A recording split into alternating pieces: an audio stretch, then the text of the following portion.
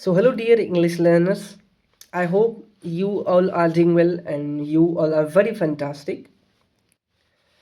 So, guys, today I'll take you to through my English notes and I'll make you study definitely. So, don't worry. As before starting the video, I would request you to please do like and subscribe to my YouTube channel. Your one like and subscribe matters for me a lot. So, please do that thing first. Okay, so let's dive into the video. As you know, friends, that before diving into the grammar and the sections, tenses, and more, there are so many things, there are so many topics to learn about grammar. So first, we need to understand a step by step. Okay, so as you know, if you have written any sentences, like okay, so I'll just make you understand through one sentence. Ramesh has been both a dishonesty and a smart boy. Got it? Okay.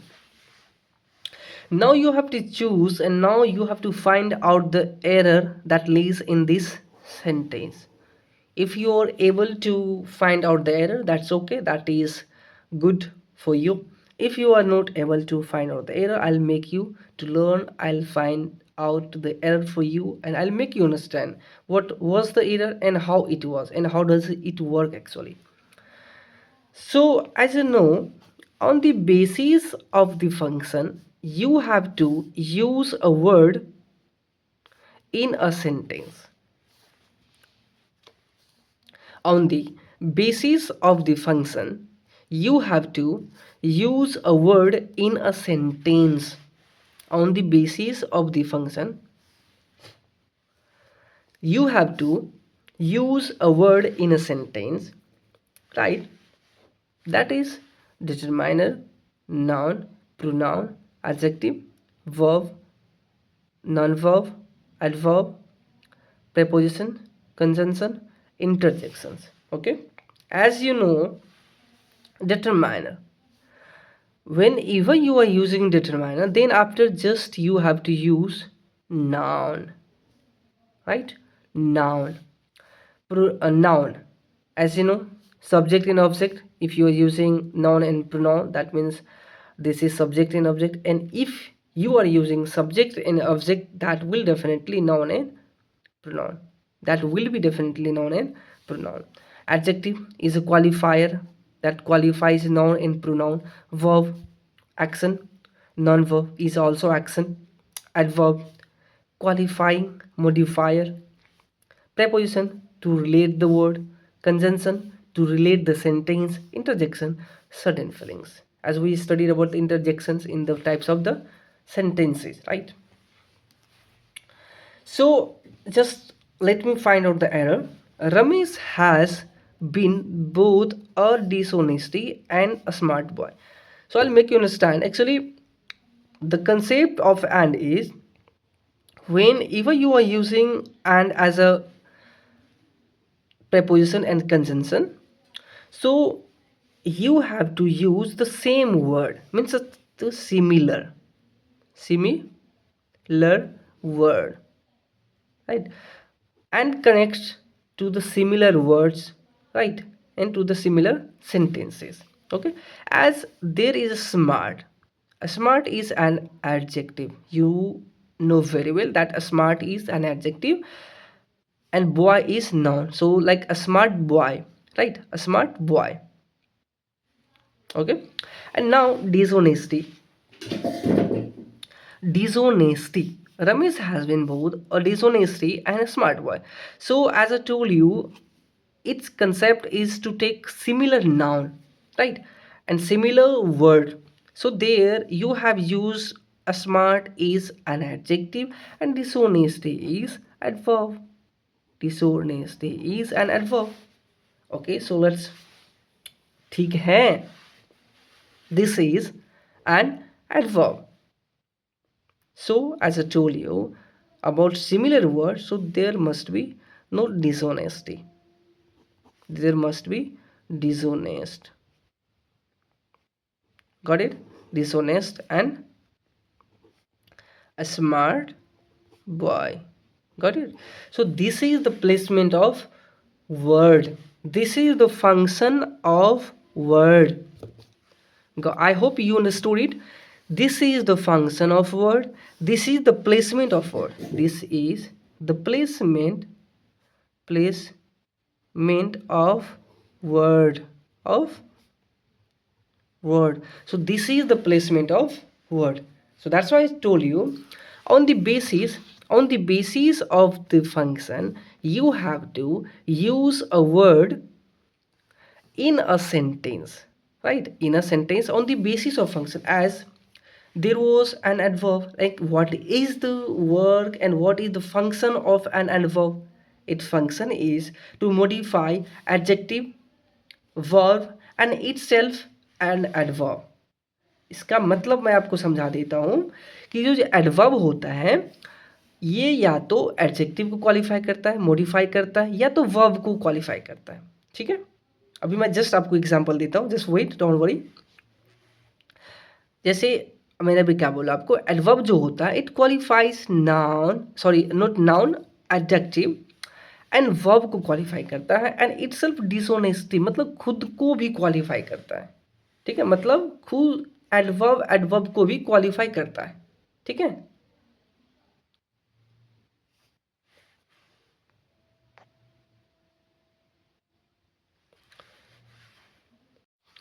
जैसे अभी आपको मैंने अभी बताया that dishonesty एक adverb है, और कोई भी जनरली आप एडवर्ब की अगर बात करते हैं, when you are talking about any adverb, ये किसको क्वालिफाई करेगा? एडजेक्टिव को क्वालिफाई करेगा, वर्ब को क्वालिफाई करेगा, और इटसेल्फ मतलब खुद को क्वालिफाई करेगा। मतलब एडवर्ब, एक एडवर्ब वर्ड जो होता है खुद एडवर्ब को भी क्वालिफाई करता है। ठीक है, और आगे हम लोग पढ़ेंगे, definitely will understand and will learn. ठीक है, हम लोग अच्छे तरीके से लर्न करेंगे, so don't worry, I am here with you and you are here with me. ठीक है, so let's take one example. मैं एक सिंपल एग्जाम्पल लेता हूँ आपसे। ठीक है, और actually in my live session I also took the same example. ठीक है, एडजेक्टिव और एडवर्ब का मैंने सेम एग्जाम्पल लिया था। That was beautiful, beautiful and beautifully. ठीक है, अब देखो, ब्यूटीफुल एक एडजेक्टिव है जो किसको क्वालिफाई करेगा? ये नाउन या प्रोनाउन को क्वालिफाई करेगा। ठीक है, बट यहाँ पे ये जो ब्यूटीफुली है ये केवल एक्शन को क्वालिफाई करेगा, मीन्स मॉडिफाई करेगा, क्वालिफाई करेगा, विशेषता बतलाएगा। Understood? So that what I want to tell you, that what I want to make you understand. I hope you understood it. ठीक है, तो जैसे he played beautifully, he sang beautifully, he sung beautifully, right? She danced beautifully, they played beautifully. So that's why I'm telling you कि beautifully एक adverb है, और adverb जो qualify करेगा ये तो एडजेक्टिव को क्वालिफाई करेगा। ठीक है, दूसरी बात ये खुद एडवर्ब को भी क्वालिफाई करेगा, एडजेक्टिव को क्वालिफाई करेगा, और एक्शन को क्वालिफाई करेगा। ठीक है, अब जैसे अभी मैंने बताया थे प्लेसमेंट, तो it was the same concept about placement. कि प्लेसमेंट क्या? प्लेसमेंट वही ना जो फंक्शन होता है कि किसका फंक्शन कहाँ है, किसी भी वर्ड का जो फंक्शन होता है, हाउ यू शुड यूज, मतलब कैसे आप उस सेंटेंस में किसी भी वर्ड को यूज करते हैं। ठीक है, सो आई होप यू अंडरस्टूड। ठीक है, एक्चुअली मैं ये जो ब्यूटीफुल और ब्यूटीफुली है, I took the same examples as I took in live session. So don't worry, बहुत सारे ऐसे एग्जाम्पल हैं, ऐसा नहीं कि केवल ये दो ही एग्जाम्पल है मेरे पास। So actually I want you to make you understand about these things. और जैसे अभी मैंने बताया डिटरमाइनर, तो अब थोड़ा सा मैं लाइट इन्फॉर्मेशन आपको बता दूँ जो डिटरमाइनर के बारे में। डिटरमाइनर के बाद हमेशा क्या आएगा? नाउन आएगा। ठीक है, हमेशा आपको ध्यान में रखना नाउन आएगा। जैसे यहाँ पे एक लाइट इन्फॉर्मेशन के लिए मैंने यहाँ पे ऑलरेडी मेंशन करा है, ठीक है, आप देख सकते हैं। अब मैं थोड़ा सा इसमें कुछ बता देता हूँ आपको। जैसे अभी मैंने प्लेसमेंट की बात करी, placement of words in a sentence, ठीक है, सिमिलर। अभी जस्ट मैंने ये एग्जांपल लिया था ना, रमेश हैज बीन बोथ और dishonesty and a smart boy, ठीक है। तो and is a preposition and conjunction, इसको दोनों तौर पे यूज किया जाता है, ठीक है। तो कंजंक्शन होगा, प्रेपोजिशन होगा, ठीक है। तो किसको रिलेट करेगा? वर्ड को रिलेट करेगा। और यहाँ पे आपको ध्यान रखना कि सिमिलर को करेगा। किसको? सिमिलर को। अगर नाउन है तो नाउन को, एडवर्ब है तो एडवर्ब को, प्रेपोजिशन है तो प्रेपोजिशन को, वर्ब है तो वर्ब को, और एडजेक्टिव है तो एडजेक्टिव को, ठीक है।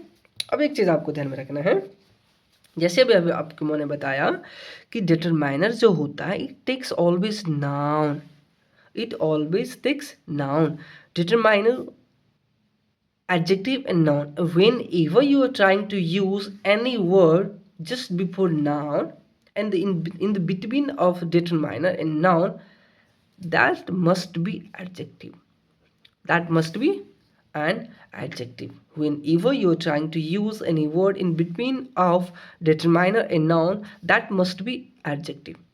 Moreover, अभी कहावत है ना कि यही नहीं, आगे सुनिए, तो आगे सुनिए, डिटरमाइनर, एडवर्ब, एडजेक्टिव, नाउन। जैसे अभी आपको मैंने बताया था कि डिटरमाइनर के बाद नाउन आता है। I hope you are focusing it and you have a like you are putting your concentration over here on my words, on what I'm trying to make you understand. Then you will understand, because like it is not like that much easy that you are thinking about it, that it will be very easy to understand for you. So that's why I'm trying to make you understand, and I just request you to focus here, ठीक है। जैसे अभी मैंने बताया आपको कि जो determiner होता है, डिटरमाइनर के बाद आपको नाउन आता है, ठीक है। अब डिटरमाइनर के बाद नाउन आता है, इसके बीच में क्या आएगा? In between adjective. अभी जस्ट आपको मैंने बताया था कि एडजेक्टिव जो क्वालिफाई करेगा नाउन या प्रोनाउन को क्वालिफाई करेगा, ठीक है।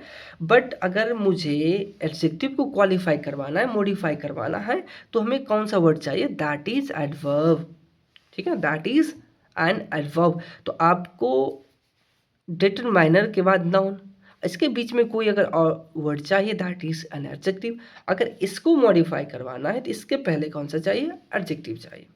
अगर आपको इस बीच में और एडजेक्टिव यूज करना है तो आप थाउजेंड्स ऑफ एडजेक्टिव यूज कर सकते हैं। Determiner plus adjective, adjective, adjective thousand times, then sorry not adjective, adverb thousand times, and then adjective plus noun, ठीक है।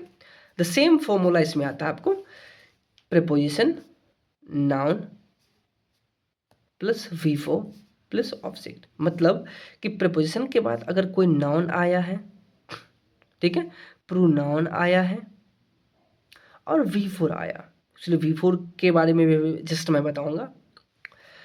प्रीपोजिशन के बाद अगर कोई नाउन, प्रोनाउन और V4 आया है तो आपको आंख मुंद करके ये समझ लेना है दैट विल बी ऑब्जेक्ट। ये क्या हो जाएगा? ऑब्जेक्ट हो जाएगा। 110% आपको आंख बंद कर लेनी है, ब्रेन भी बंद कर लेना है, आपको बता देना है क्या हो जाएगा? ऑब्जेक्ट हो जाएगा, ठीक है। प्रीपोजिशन के बाद नाउन आएगा, प्रोनाउन आएगा, V4 आएगा और ऑब्जेक्ट हो जाएगा। क्या हो जाएगा? ऑब्जेक्ट हो जाएगा। क्योंकि आपको पता होगा कि जो प्रीपोजिशन होता है वो भी अपने साथ क्या लेता है? नाउन लेता है। क्या लेता है? जैसे डिटरमाइनर अपने साथ नाउन लेता है, उसी तरीके से प्रीपोजिशन अपने साथ नाउन लेता है। बट यहाँ पे एक ट्विस्ट है। ट्विस्ट क्या है? लेट मी टेल यू कि जो डिटरमाइनर के बाद नाउन आता है उसका फंक्शन आप अभी तय नहीं कर सकते हैं कि ये या तो ऑब्जेक्ट होगा या सब्जेक्ट होगा, ठीक है। Now you right now you can't decide any more that at any cost that whether it is subject और object, but it depends on the function of that word in a sentence, ठीक है। इसका मतलब कि जो determiner के साथ noun आया है, तो जब आप किसी भी सेंटेंस में यूज करते हैं तब आपको समझ में आएगा कि वहाँ पे ये जो नाउन है ये क्या है, सब्जेक्ट है या ऑब्जेक्ट है। बट प्रीपोजिशन के बाद कहीं भी नाउन है ना, तो आप आँख, हाथ, पैर, मुंह सब बंद कर लीजिए, सीधा आप समझ लीजिए कि वो क्या हो जाएगा? ऑब्जेक्ट हो जाएगा। प्रीपोजिशन के बाद नाउन है, प्रोनाउन है, V4 है और ऑब्जेक्ट हो जाएगा। वर्ब के बाद नाउन, प्रोनाउन, V4, ऑब्जेक्ट। देखो ये यहाँ पे ये थोड़ा सा अलग कॉन्सेप्ट है। क्या है? That V verb noun pronoun V for object. ठीक है, इसमें क्या होता है, समटाइम्स जस्ट वर्ब के बाद नाउन यूज तो होता है, बट ये जो रेफर करता है ऑब्जेक्ट जो होगा वो कंप्लीटली उस पर डिपेंड नहीं करता है। ठीक है, सेंटेंस काफ़ी कभी कभी काफ़ी लंबी होती है तो वहाँ पे आपको पहचानने में दिक्कत हो जाती है। ठीक है, वर्ब के बाद अगर नाउन है प्रोनाउन है वी फोर है तो जनरली आपको ये समझना है कि ऑब्जेक्ट होगी, क्योंकि आपको जो एक फॉर्मूला आता है subject plus V S B O, subject verb object. ठीक है, सब्जेक्ट के बाद वर्ब होगा, वर्ब के बाद ऑब्जेक्ट होगा। ठीक है, चलिए मुझे काफ़ी सर्दी हो गई तो प्रॉब्लम हो रही, इसलिए बार बार ऐसे करो, so sorry for the inconvenience.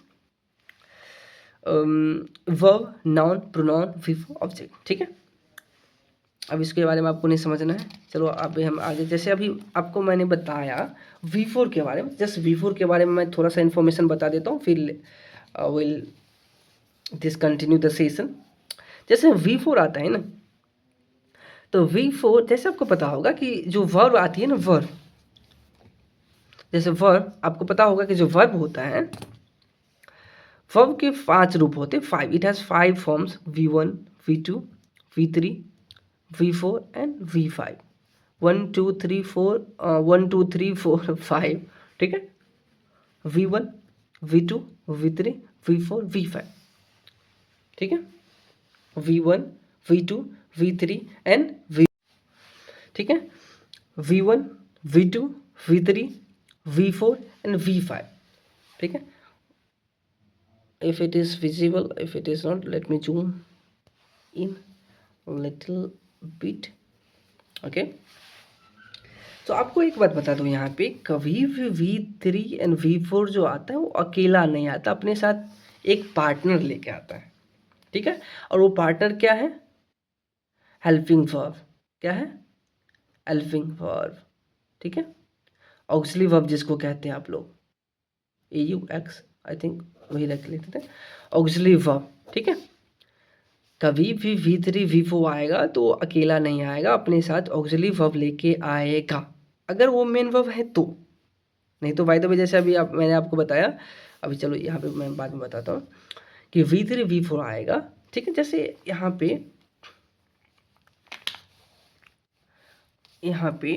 एक एग्जांपल लेकर के आपको मैं बता देता हूँ, 1 सेकेंड। जैसे मैंने अभी आपको एग्जांपल के बारे में बताया, आप कोई एग्जांपल ले लें, ही इज हैविंग मील। ठीक है, या ही इज हैविंग सार, आप जो भी बोलना चाह रहे हैं बोल सकते हैं। ठीक है, अब देखो V4 जैसे यहाँ पे सिंपल लिखा हुआ है, तो क्या यहाँ पे V4 सिंपल है? यू कैन इमेजिन, जैसे आपको बताया गया है आपके क्लासों में पढ़ने के बावजूद कि V4 is a verb, means कि ये मेन वर्ब है। तो अब बताओ कि V4, चलो इसको हटा दो। ठीक है, सपोज कि यहाँ पे इज है ही नहीं, now let's read it, he having meal. अब जब तक हम इज नहीं लगाएंगे तो क्या इसका कोई मायने रह जाता है यहाँ पे? तो इसीलिए बोला मैंने दैट कि V4 कभी भी आप बोलते हैं तो you must say AV plus V4, auxiliary verb plus V4। ठीक है, तब ये क्या जाके हो जाता है, मेन वर्ब होता है। जब आपको मेन वर्ब इसको यूज़ करना है तो वायदे में आपको अगर ऐसे नॉर्मली यूज़ करना तो या तो V4 आपको सब्जेक्ट भी आ जाता है, ऑब्जेक्ट भी होता है, सब्जेक्ट ऑब्जेक्ट भी होता है, एडजेक्टिव भी होता है और मेन वर्ब भी होता है। अगर आप इसको, जैसे अभी यहाँ पे क्या है, ऑक्सिलरी वर्ब प्लस V4 है ना, AV प्लस V4 है, तो अब AV प्लस V4 है, दैट मीन्स ये क्या है, हमारा मेन वर्ब है। क्या हो जाता है ये, this is a main verb. ठीक है, ये जो सेंटेंस में यूज़ हुआ है एज अ मेन वर्ब के तौर पे यूज़ हुआ है। I hope you understood it. देखो इसका तो वैसे आप एज अ नाउन के रूप में भी यूज़ कर सकते हैं, प्रोनाउन के, सॉरी नाउन मतलब सब्जेक्ट ऑब्जेक्ट के रूप में भी यूज़ कर सकते हैं, जैसे walking is good for health. अब बताओ यहाँ पे कौन सा सब्जेक्ट है, फोर प्रीपोजिशन है, ये ऑब्जेक्ट हो जाएगा। जैसे अभी मैंने आपको बताया था कि प्रीपोजिशन के बाद प्रीपोजिशन के बाद क्या होता है, हमेशा प्रीपोजिशन के बाद हमेशा क्या हो जाएगा, ऑब्जेक्ट होगा। ठीक है, ये तो हमारा ऑब्जेक्ट हो गया। अब गुड गुड क्या हो जाएगा, गुड तो हमारा एडजेक्टिव हो जाएगा। गुड हमारा क्या हो जाएगा, एडजेक्टिव हो जाएगा ना। Is good for what, health के लिए गुड है ना, किसके लिए गुड है, हेल्थ के लिए गुड है, ठीक है। अब देखो क्या सही है, वॉकिंग, क्या सही है, वॉट, वॉकिंग, फॉट, वॉकिंग। तो वॉकिंग हमारे यहाँ पे क्या हो जाएगा, नाउन हो जाएगा, क्या हो जाएगा, नाउन, और नाउन में क्या हो जाएगा, सब्जेक्ट हो जाएगा। It has been used as subject, ये यहाँ पे सब्जेक्ट के रूप में यूज़ किया गया, ठीक है। अब देखो एक और एग्जांपल मैं लेता हूँ यहाँ पे एडजेक्टिव वाले। अ mall is at a walking distance, ठीक है।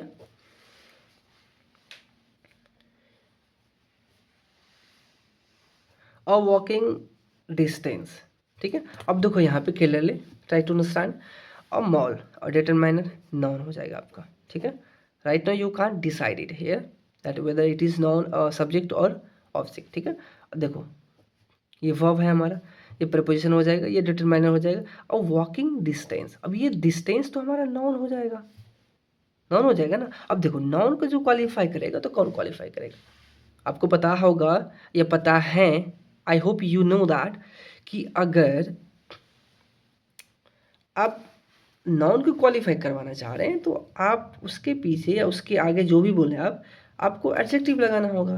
तो इट मीन्स यहाँ पे ये वॉकिंग क्या है, एडजेक्टिव है ना, वॉकिंग इज एन एडजेक्टिव, ठीक है। तो वॉकिंग जब एडजेक्टिव हो जाएगा तो आपको पता चल गया होगा कि वही V4 मेन वर्ब के रूप में यूज़ किया जाता है, और दैन नॉन सब्जेक्ट के रूप में यूज़ किया जाता है, एंड अनदर वॉकिंग यहाँ पे एडजेक्टिव के रूप में यूज़ किया जाता है।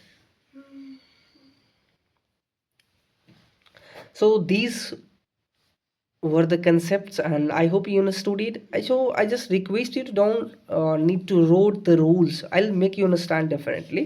So I just need to like you just need to focus and you just need to be consistent, and don't forget to do like and subscribe my YouTube channel. Thank you so much for watching the complete sessions, and let's see you soon in the next session. So till then, bye, tata.